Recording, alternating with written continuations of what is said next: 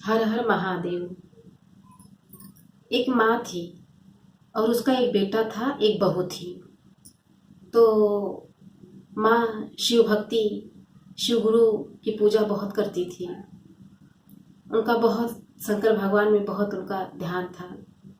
रोज उठती, शंकर भगवान के मंदिर में जाती और पूजा पाठ करती। ऐसे करते करते कुछ दिन बीते तो बेटा शहर से लौटा, घर आया। तो माँ बोली, बेटा एक काम कर मुझे, कि एक काम कर देगा मेरा। तो बेटा बोला कि हाँ क्यों नहीं माँ, जरूर करूँगा, आपका काम नहीं करूँगा। तो अबे माँ बोली कि बेटा ऐसा है कि मैं यहाँ काशी जाना चाहती हूँ। काशी कुछ दिन के लिए जाऊंगी दर्शन करने और फिर कुछ दिन में आ जाऊंगी।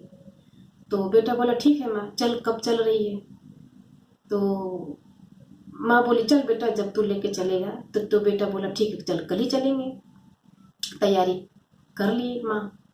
फिर अपनी पत्नी से बोला कि तुम माँ के लिए कुछ जरी पुआ हुआ बना दो, ताकि माँ वहाँ रास्ते में या कुछ दिन रहेगी तो वहाँ खाएगी अपना।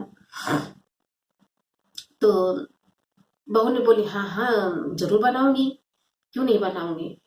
तो बहू ने क्या किया, गाय का गोबर लाई, गाय का गोबर लेके आई और उसका छोटा छोटा छोटा छोटा गोला बना के और वो पुआ ढूंढी बांध ली।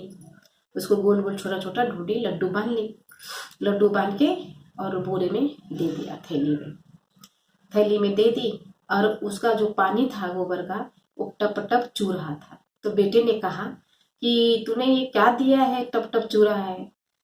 तो बहू बोली अरे तुम नहीं जानते हो, देसी घी में लड्डू बनाई थी और पुआ बनाई थी, वही लगता है चू रहा है।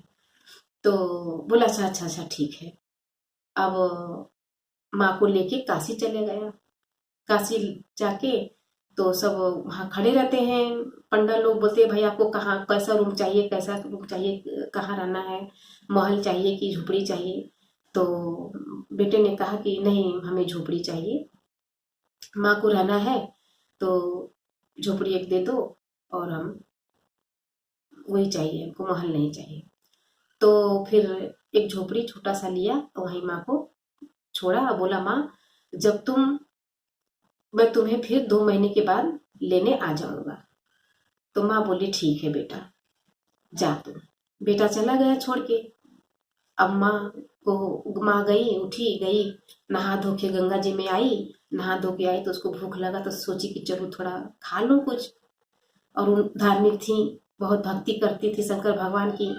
शंकर भगवान का उनके ऊपर बहुत कृपा था, उनका हर संकट दूर करते थे शिव गुरु। तो फिर वो गई, थैली खोली, थैली में से निकालती है तो देखिए तो गोबर का लड्डू।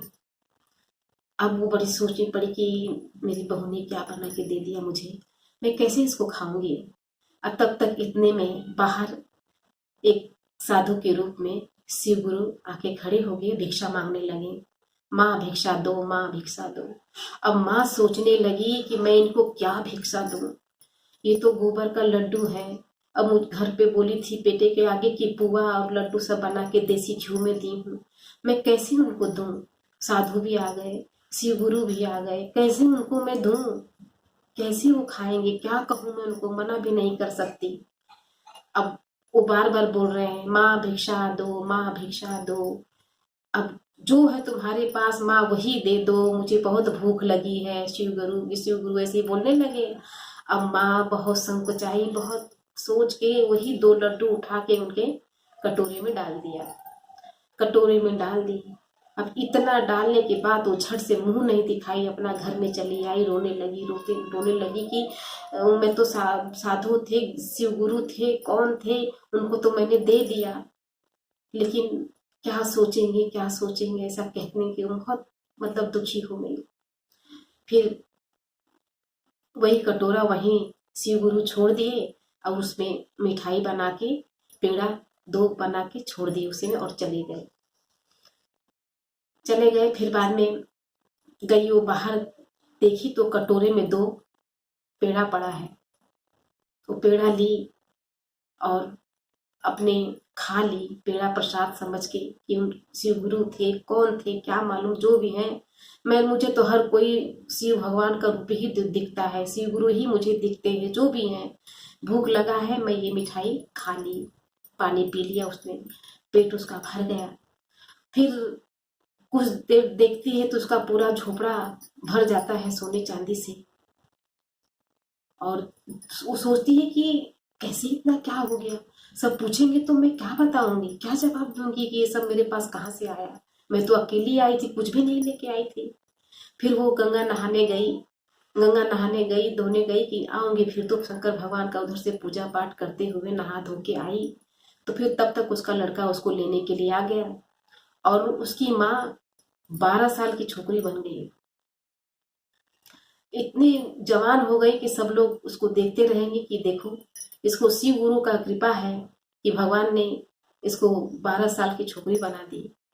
अब सब उसे पूछने लगे कि माँ तेरा बेटा खोजते खोजते आया है, तो उसको क्या बोलेगी, वो कैसे तुझे पहचानेगा। तो माँ बोली वो नहीं पहचानेगा, मैं उसे पहचान लूंगी। तो बेटा आया, झोपड़ी में गया, माँ भी उसी झोपड़ी में गई। बोलता है माँ, मेरी माँ को देखे तुम कहाँ है। तो ही उसकी माँ थी 12 साल की जो छोकरी बनी थी, बेटा तू ही मेरा बेटा है और मैं तेरी माँ हूँ। तो माँ तुम इतनी जवान कैसे बन गई। सब सब शिव गुरु का कृपा है। बेटा गाड़ी उड़ी लेके आया है। तो बेटा बोला नहीं माँ, गाड़ी लेके क्या करूंगा, तुम ही तो अकेली हो। नहीं बेटा देख, घर में सब झोपड़पट्टी में जाके अंदर देखा तो सब सोना चांदी गहना से सब कुछ सामान वामान भरा हुआ है। बोलता है माँ इतना इतना आपके पास कहाँ से धन दौलत आया। तो माँ बोली बेटा ये सब सब शिव गुरु का चमत्कार है, जा गाड़ी लेके आ, तब तक मैं सब तैयारी कर लेती हूँ। बेटा गया, ट्रक लेके आया, ट्रक में सारा सामान भरा और अपनी माँ को लेके घर चला गया तो उसकी बहू देखी, बाप रे बाप, इनके साथ माँ को लेने गए तो 12 साल की छोकरी कहाँ से लेते आए। अच्छा आए उतारे तो बेटा बोला ये माँ है, ये सब शिव गुरु का कृपा इनके ऊपर है कि माँ मेरी जवान हो गई है, 12 साल छोकरी हो गई है। अब उसके शिव गुरु का उसके ऊपर कृपा है, सब उसके संकट दूर कर दिए। अच्छा अब वो बड़े सोचने पड़ी, बोली कि काम करो मेरी माँ को भी लेके जाओ काशी, और मेरी माँ को नहीं दर्शन कराओगे, अपनी माँ को तो ले गए दर्शन कराने, मेरी माँ को भी लेके जाओ। तो बहुत जिद की तो बोले ठीक है बुला तेरी माँ को।